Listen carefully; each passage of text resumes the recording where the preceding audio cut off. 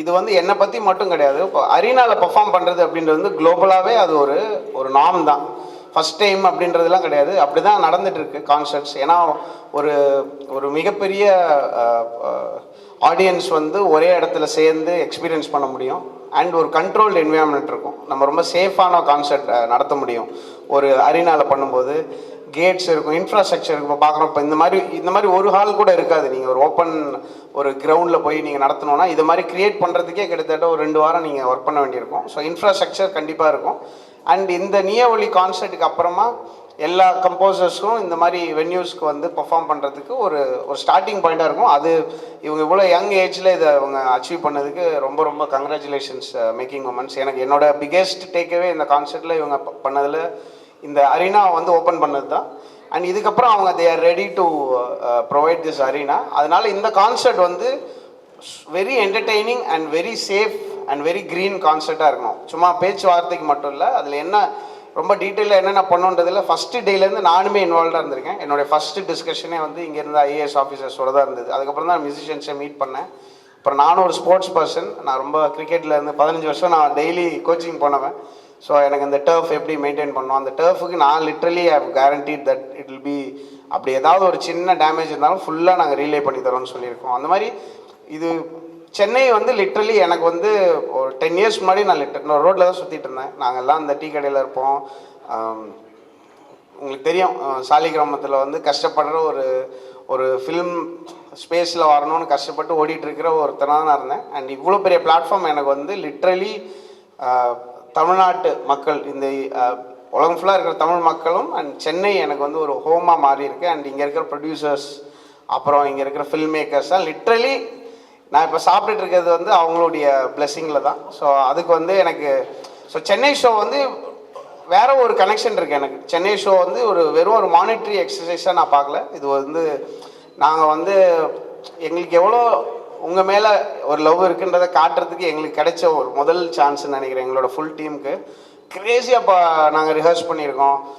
வர எல்லாருடைய, அதாவது ஃபஸ்ட்டு 2வதாக நான் பேசுனது டெக் டீமில் வந்து ஒரு எனி ஆடிட்டோரியம்லேயோ ஒரு ஆம்ஃபி தேட்டர் எடுத்திங்கன்னா எல்லா இடத்துலையும் ஒரே இம்பேக்ட் இருக்காது. சவுண்டுக்கும் விஷுவலுக்கும் இருக்கிறதுலே லீஸ்ட் இம்பேக்ட் இருக்க போகிற இடம் எதுன்னு ஃபிக்ஸ் பண்ணி அவங்களுக்கு என்ன எக்ஸ்பீரியன்ஸ் கிடைக்குன்றதை தான் நாங்கள் ஃபஸ்ட்டு செலக்ட் பண்ணி அங்கேருந்து தான் ரிவர்ஸில் ஒர்க் பண்ணோம். அஃப்கோர்ஸ் ஃப்ரண்டில் இருக்கிறவங்களுக்கு வந்து நம்ம நல்ல எக்ஸ்பீரியன்ஸ் கிடைக்கும்னு நமக்கு தெரியும். ஸோ இந்த மாதிரி அதுக்கு ஹேண்ட்ஸானாக நானுமே அதில் இன்வால்வ் ஆகியிருந்திருக்கேன் முதல் ஸ்டெப்பில் இருந்து. Especially in terms of safety to the audience. அவங்க ஹாப்பியாக இருக்கணும்னா சேஃபாக இருக்கணும். Most invited. என்ன ஷுவர்லாம் இல்லைங்க, ப்ளீஸ் வாங்க. லிட்ரலி நான் சும்மா மேடைக்காக சொல்ல, நான் இப்போ ஒரு ஷோ நம்ம நேரு ஸ்டேடியமில் உட்காந்து பேசிகிட்டு இருக்கிறதுக்கு காரணம் வந்து எனக்காக வந்த directors, producers and press and of course the audience, அவங்களுக்காக தான் ஷோ பண்ணுறோம்.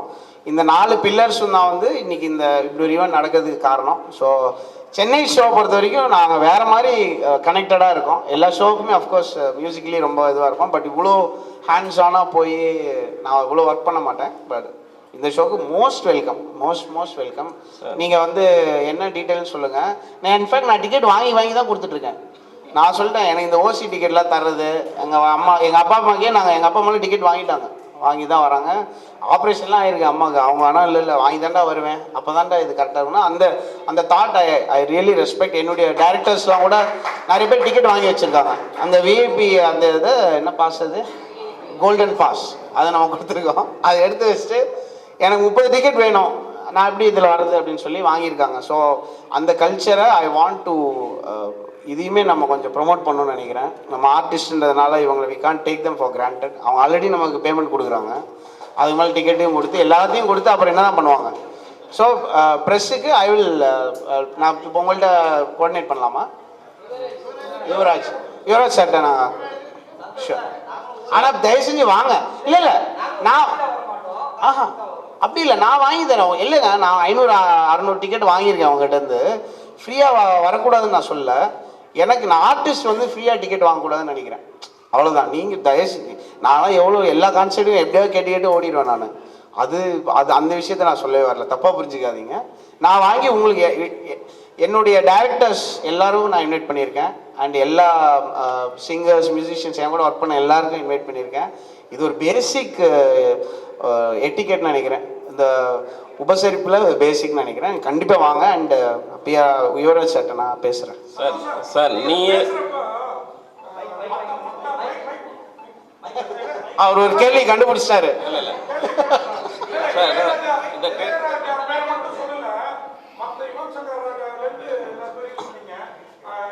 இருக்கு பாட்டு இருக்கு, எம்எஸ்வி ஐயா இருக்கு. இல்லை நான் அவங்களோட இவங்க கூடலாம் ஒர்க் பண்ணி சாங்ஸ் இருக்கு, அது பண்றோம். அதனால அதை அந்த பேர்கள் சொன்னேன். இருக்கு பாட்டே இருக்கு, நாங்க மாற்ற முடியாதுல்ல, நீங்க சொல்லிட்டு பாட்டு ஆட் பண்ண முடியாதுல்ல. இருக்கு ஒன்றுமே கிடையாது. எனக்கு நான் வந்து திருச்சியிலேருந்து சென்னைக்கு வரும்போது வெக்கம் மானம் சூடு சொரணம் எல்லாத்தையும் திருச்சியிலே மூட்டை கட்டி வச்சு தான் வந்தேன். நாம் வந்து சுத்தமாக கிடையாது. இல்லை ப்ரெஸ் வந்து என்னன்னா எப்பயுமே வந்து எல்லாரும் பேஷ் பண்ணுற ஒரு ஸ்பேஸாக மாறிட்டு இருக்கு. அதுக்குள்ளே நீங்கள் வந்து you have to find your உங்களுக்குன்னு ஒரு மரியாதை ஃபைண்ட் பண்ணி அதுக்குள்ளே ஒரு ரெவன்யூ ஃபைண்ட் பண்ணி ரொம்ப கஷ்டங்க ஆக்சுவலாக அங்கே இருக்குது. இதை கூட நீங்கள் எடிட் பண்ணி கூட போட்டுருங்க, ஒரு பர்சனலாக சொல்கிற மாதிரி கூட வச்சுக்கோங்க. இது ஒரு ரொம்ப கஷ்டமாக இந்த ப்ரெஸ்ஸு அப்புறம் இந்த பாலிட்டிக்ஸ் அப்புறம் அந்த போலீஸ் இதெல்லாம் இருக்கு இல்லையா, எப்பயுமே வந்து ஒரு நல்ல பேரே இருக்காது. எப்போ தானே எங்களை நீங்கள் வந்து பாராட்ட போகிறீங்கன்ற மாதிரி இருக்குது. ஸோ எனக்கு புரியுது. அண்டு எனக்கு சுத்தமாக எனக்கு I love everybody else as a musician. நான் எப்பயுமே அதான் சொல்லுவேன், வேறு எந்த பாட்டு கேட்டாலும் நல்லா இருக்கேடா அப்படின்னு வீட்டில் எங்கள் வீட்லேயே அப்படி தான், அது உண்மை தான், அதனால தான் அப்படி இருக்குன்னு சொல்லுவாங்க. ஸோ அங்கே தான் வரேன். ஸோ எம்எஸ்வி ஐயா, ராஜா சார், ரமன் சார், அப்புறம் யுவன், ஜிவி, அனி, நிறைய இன்னும் நான் லிஸ்ட்டே டக்குன்னு சொல்ல முடியல, அதனால தான். Thanks sir. சார் நீயே ஒலி, அதில் நான் அதை பார்த்து படிக்கல. கான்செப்டுக்கு நீயே ஒலின்ட்டு ஒருமையில் பேர் வச்சுருக்கீங்க, அதுக்கு என்ன அர்த்தம்? எவ்வளோ நேரம் வந்துட்டு ஆரம்பித்து எவ்வளோ நேரத்தில் முடியுது? எத்தனை பாடல்கள் பாடுறீங்க? எந்தெந்த இசையமைப்பாளர் பாடுறீங்க? அந்த எனக்கு ரொம்ப பிடிச்ச ஒரு பனியே ஒளின்ற பாட்டு இருக்கு இல்லையா, அந்த சார்பட்ட பரம்பரையில் அந்த பாட்டு வந்து இந்த கான்சர்ட்டோட டைட்டிலாக இருக்கணும்னு சொல்லி அபிஷேக் அவர்கிட்ட இருந்து அந்த ஐடியேஷன் வந்தது. எனக்கு ரொம்ப பிடிச்சிருந்தது. அண்ட் அது வந்து ஒரு புத்தருடைய ஒரு சொல்லும் கூட. And it propagates love. And என்னுடைய முதல் படத்துக்கு எனக்கு வந்து என்னை கைப்பிடிச்சி கூட்டிகிட்டு வந்தவர் ரஞ்சித். அவருக்கும் அது ஒரு ஓடாக இருக்கணும்னு நான் ஆசைப்பட்டேன். அந்த பாட்டோடைய டைட்டில் தான் இது. அந்த ஒளி பிளே இருக்குது, ஒளின்னு நீங்கள் நினைக்கலாம், ஒலின்னு நினைக்கலாம். ஸோ சவுண்ட் அண்ட் லைட், அதனால தான் இங்கிலீஷில் இருக்கும். நீங்கள் பார்த்தீங்கன்னா கான்சர்ட் வந்து 3 hours 0 seconds இதுதான் பிளான் பண்ணுறோம். அந்த கூட்டணி ஒரு வெற்றிகரமான கூட்டணி வந்து உடையும் போது எப்படி ஃபீல் பண்ணுவீங்க, என்ன நினைக்கிங்க? புது கூட்டணி உருவாகும் போது நினைக்கிங்க? அப்புறம் கடைசியாக ரஞ்சித் ஃபங்க்ஷனுக்கு வராரா?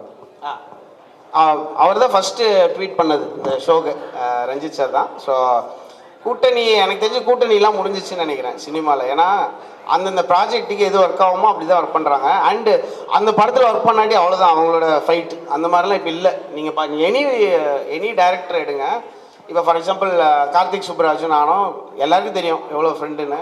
அண்டு நானும் அனிருத் மாற்றி மியூசிக் பண்ணேன். ஒரு படத்துக்கு 2 பேர்லாம் பண்ணியிருக்கோம். ஃபஸ்ட்டு அந்த மகான் ஃபஸ்ட்டு அனிருத் பண்ணார், அப்புறம் நான் பண்ணேன். ஆனால் அனிருத் நானும் ஃப்ரெண்டு தான், நானும் கார்த்திக் ஃப்ரெண்டு தான், கார்த்திக் அனிருத் ஃப்ரெண்டு தான். அந்த ப்ராஜெக்ட் ஏன்னா இப்போ எதை பண்ணுறது எதை விடுறதுன்னு தெரியாமல் தான் இருக்குது. நான் என்ன சொல்கிறேன், அந்த ஒரு டாப் 5-6 கம்போசர்ஸை தாண்டி எல்லாருக்குமே வேலைகள் வரணும்னு நினைக்கிறேன். இப்போ நாங்களாம் எப்படின்னா இந்த படம் நீ பண்ணுறியா, அப்பாடா தேங்க்ஸ்ரா, அந்த மாதிரி ஆகிட்டு இருக்கு. ஸோ படங்கள் நிறைய வருது. அண்ட் நிறைய பேர் சம்பாதிக்க ஆரம்பிச்சிட்டாங்க. அண்ட் ஃபில்மு வந்து ஒரு பயங்கரமான ஒரு அவென்யூவாக இருக்குது ஒருத்தவங்க அவங்களோட பிஸ்னஸை பெருசாக லான்ச் பண்ணுறதுக்கு. ஸோ நிறைய பேர்கிட்ட 20 கோடி 30 கோடி இருக்குது. அப்போ வந்து they want to work with brand names. அப்படி இருக்கும்போது நீங்கள் சொல்கிற அந்த இஷ்யூலாம் ஒரு சுத்தமாக இல்லை. நாங்கள் ஜாலியாக இருக்கோம் அதர் சைடில். A versus B in terms of music முடிஞ்சிச்சுன்னு நினைக்கிறேன். And Ranjith of course I will always have a greatest respect for Ranjith. அது பர்மனெண்ட்.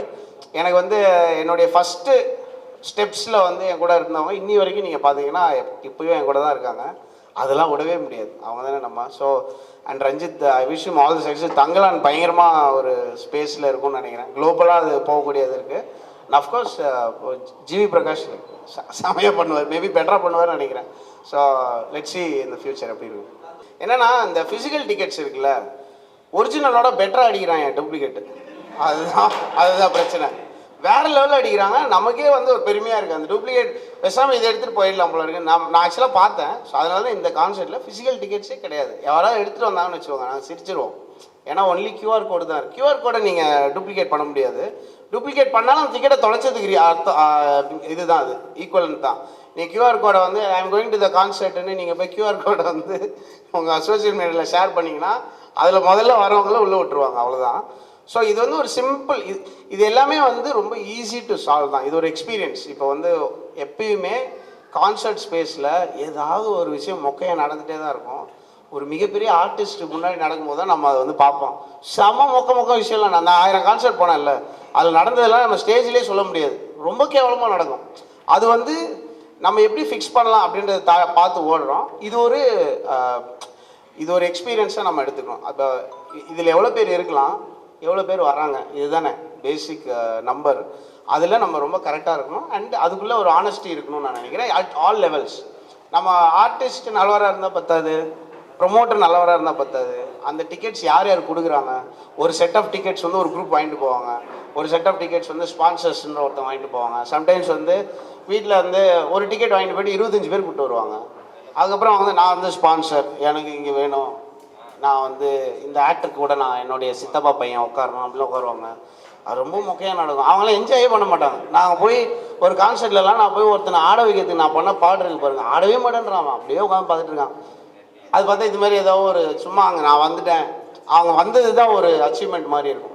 ஸோ இந்த மாதிரி விஷயங்கள் வந்து முதலே நான் சொல்லிட்டேன், கூப்பிட்டு தம்பி நீங்கள் வந்து பயங்கரமாக அவனுக்கு பண்ணிட்டீங்க, இதெல்லாம் தான் எதெல்லாம் தப்பாக நடக்க முடியும் அப்படின்னு நாங்கள் ஒரு லிஸ்ட்டு போட்டு தான் ஆரம்பித்தோம். மியூசிக் வந்து கடைசியாக நான் போகிறேன் ப்ராக்டிஸ்க்கு, அதுக்கு முன்னாடி இதெல்லாம் ஷார்ட் அவுட் பண்ணுங்கன்னு சொல்லி இந்த கான்செர்ட்டில் வந்து ஆன் தி கிரவுண்டு ஒரு அந்த நம்பர்ஸ் இவர் எக்ஸாக்டாக சொல்லுவார். ஏன்னா நாங்கள் மேலே அந்த ஸ்ட்ரக்சரல் இன்டெகிரிட்டிக்காக almost 10,000 tickets just let go. அது ஒரு மிகப்பெரிய ஒரு, ஏன்னா அந்த 500 ரூபி டிக்கெட்ஸுன்றதை அச்சீவ் பண்ணுறதுக்கு ஒரு ரொம்ப முக்கியமான ஒரு ஏரியா அது லெட் கோ பண்ணியிருக்காங்க.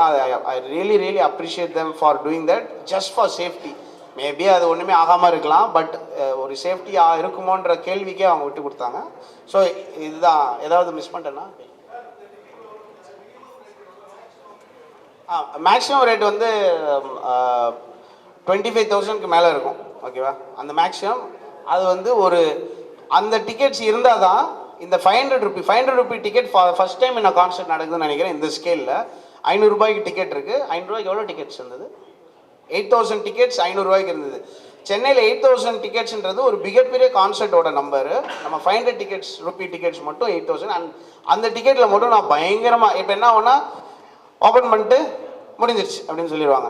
லிட்ரலி போய் ஃபிசிக்கலாக நம்ம போய் புக் பண்ணுறதுக்கே ஒரு 1.5 minutes ஆகும். இருக்கிறதுலே பயங்கரமாக அந்த கண்ணை மூடிட்டு டைப்பிங் அடிக்கிறாங்க. அவங்க புக் பண்ணாலே 1.5 நிமிஷம் ஆகும்.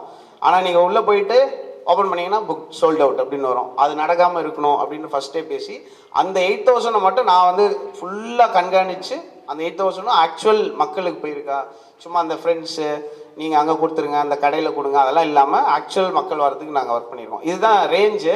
இந்த ரேஞ்சை பார்த்து பயந்துடாதீங்க. நடுவில் ஏகப்பட்டதுலாம் இருக்குது. அந்த 500லேருந்து ப்ரோக்ரெசிவாக அந்த டாப் ரேஞ்சு போகும். நிறையா ஸ்பான்சர்ஸ்லாம் அந்த மாதிரி டிக்கெட்ஸ் எதிர்பார்ப்பாங்க. உங்களுக்கே தெரியும் இல்லையா? அந்த எதுவுமே வந்து வெறுமா வந்து ஒரு பணமாக வாங்கிடாமல் டிக்கெட்ஸாக நம்ம கன்வெர்ட் பண்ணி முடிஞ்ச அளவுக்கு நம்ம இதில் இதுவாக இருக்கோம். அந்த எல்லாமே நான் உங்கள்கிட்ட ஓப்பனாக தான் சொல்லிட்டு இருக்கேன்.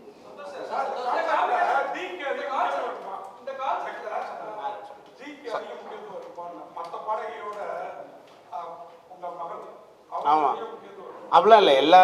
எல்லாருக்குமே ஆமாம்மா முக்கியத்துவம் அப்படி சொல்ல வேணாம். ஏன்னா இந்த கான்சர்ட்டில் வந்து எந்தெந்த பாட்டு இருக்கோ அந்த பாட்டை பாடின எல்லாரையும் நான் இன்வைட் பண்ணிட்டேன். யாரெல்லாம் அவைலபிள் இல்லையோ அவங்க மட்டும் இந்த கான்சர்ட்டுக்கு வர முடியும். அஃப்கோர்ஸ் சாட்டர்டே அப்படின்னால கான்சர்ட் இருக்கும். அவைலபிள் இல்லைன்னு சொன்னால் நான் ஆக்சுவலாக சந்தோஷப்படுவேன். ஏன்னா அவங்களுக்கு ஒரு கான்சர்ட் கிடச்சிருக்கு வாய்ப்பு. பட் ஏதாவது பண்ணி வர முடியுமான்னு கெஞ்சுவோம். சில பேர் பெரிய இப்போ ஃபார் எக்ஸாம்பிள் பிரதீப் வந்து ஒரு யூரோப் டூர் கமிட் ஆயிருந்தார். பிரதீப் வரணும் ரொம்ப ஆசைப்பட்டேன். Pradeep I don't think he can make it. அந்த ஷோ நடக்கலைன்னா will try to get Pradeep. The வந்து அவங்களுடைய பெஸ்ட் சாங்ஸ்லாம் பாருங்க. இன்ஃபேக்ட் நான் சொல்லணும், நான் ரவுடி பேபி பாடணும்னு எனக்கு ரொம்ப ஆசை. அதுக்கு நாங்கள் வந்து யுவன் சாருக்கு எங்களோட ஒரு band version of rowdy baby பண்ணியிருக்கோம். அது அது பெர்ஃபார்ம் பண்ணணும்னு ஆசைப்பட்றோம். அண்ட் எல்லா சிங்கர்ஸும் பாடின எல்லா சிங்கர்ஸும் அந்தந்த பாட்டோட ஒரிஜினல் சிங்கர்ஸ். இப்போ சென்னையில் தான் அதெல்லாம் பண்ண முடியும். நீங்கள் 25 சிங்கர்ஸ் கூட்டி யூஸ் பண்ணிங்கன்னு வச்சுக்கோங்க, அந்த டிக்கெட் காஸ்ட்லேயே வந்து ப்ரொமோட்டர் போண்டி ஆயிடுவார். ஸோ நம்ம வந்து மொத்தமே 10 பேர் தான் போக முடியும். ஸோ இந்த கான்சர்ட்டில் எல்லோரும் வா கிளம்பு அப்படின்னு சொல்லி அவங்க கூப்பிட்டு வரோம். ஸோ அது ரொம்ப ஹாப்பி தான். சாரி ஒரே நிமிஷம்.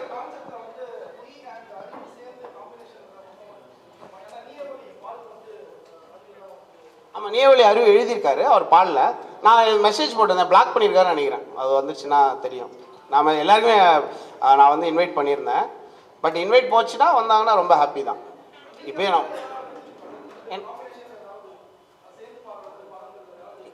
யாரோ தி அண்ட் அறிவுக்கா கண்டிப்பாக பண்ணலாமே.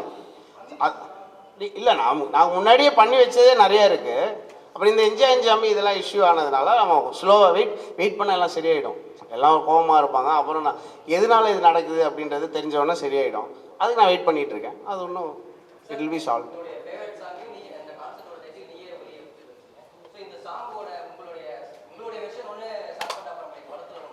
ஆமாம், அது வருது கான்சர்ட்டில். அது கான்சர்ட்டில் வரும். அதோட அது இதுக்கு முன்னாடி நாளைக்கு போல் ரிலீஸ் பண்ணலான்னு நான் பிளான் வச்சுருக்கேன். ஆக்சுவலாக வீடியோலாம் பண்ணியிருக்கோம். அதுக்கு அதாவது ஆல்பம் வெர்ஷன் அண்ட் என்னோட வெர்ஷனை சேர்த்து நான் ஒரு வெர்ஷன் பண்ணியிருக்கேன். அது வீடியோவை ஷூட் பண்ணியிருக்கேன். ஆக்சுவலாக நம்ம இங்கேயும் ஷூட் பண்ணோம், பயங்கரமாக அது வந்திருக்கு. அது this will the right time பண்ணிக்கிறேன். ரொம்ப தேங்க்ஸ், நான் மறந்தே போயிட்டேன். நீங்களே தேங்க்யூ. ரொம்ப ரொம்ப ரெலவெண்ட் கொஸ்டின். அண்ட் அது ரிலீஸ் ஆகும், ப்ராபப்ளி நாளைக்கு வரும்.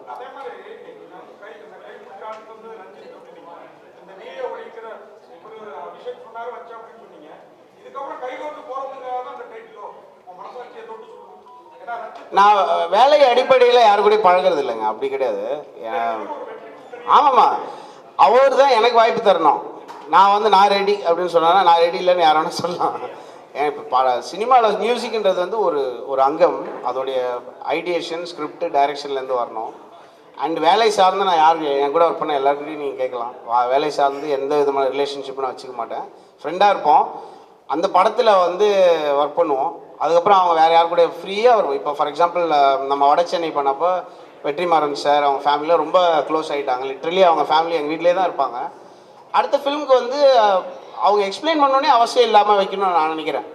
சாரி, இந்த படம் நான் அவரோட பண்ணுறேன் அப்படி அவங்க சொல்கிற லெவல்லே வச்சுக்க வேணாம்னு நினைக்கிறேன். அது கூட புரியாமல் ஒரு நட்பு இருக்க வேணான்னு பார்க்குறேன்.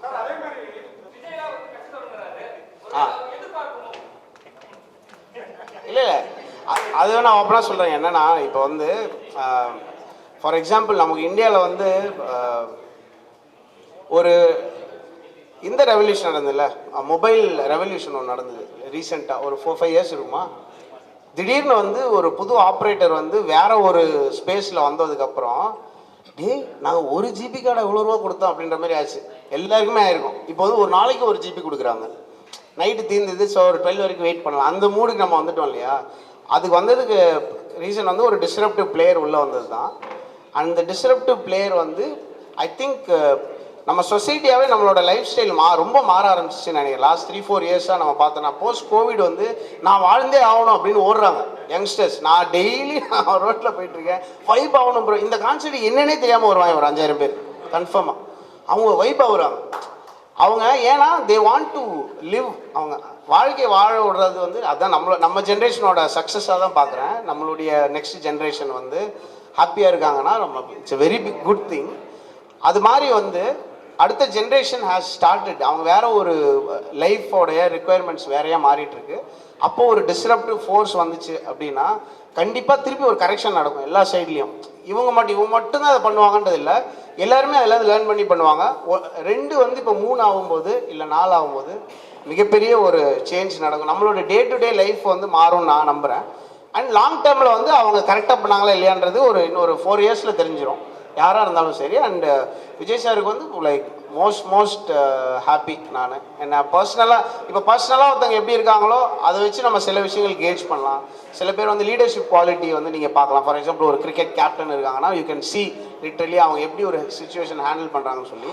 பர்சனலாக எனக்கு வந்து விஜய் சார் ரொம்ப நல்லா தெரியும். ஸோ அந்த இதுலேருந்து பார்க்கும்போது I think if the honesty that he has personally is going to reflect on his politics, it will be very good for us. நம்மலாம் ரொம்ப ரொம்ப சந்தோஷமாக இருக்கக்கூடியது. And it will propagate into other parties ஆல்சோன்னு நினைக்கிறேன். Lovely lovely, thank you so much. ஊடக நண்பர்களே, வருகை தந்ததுக்கு நன்றி.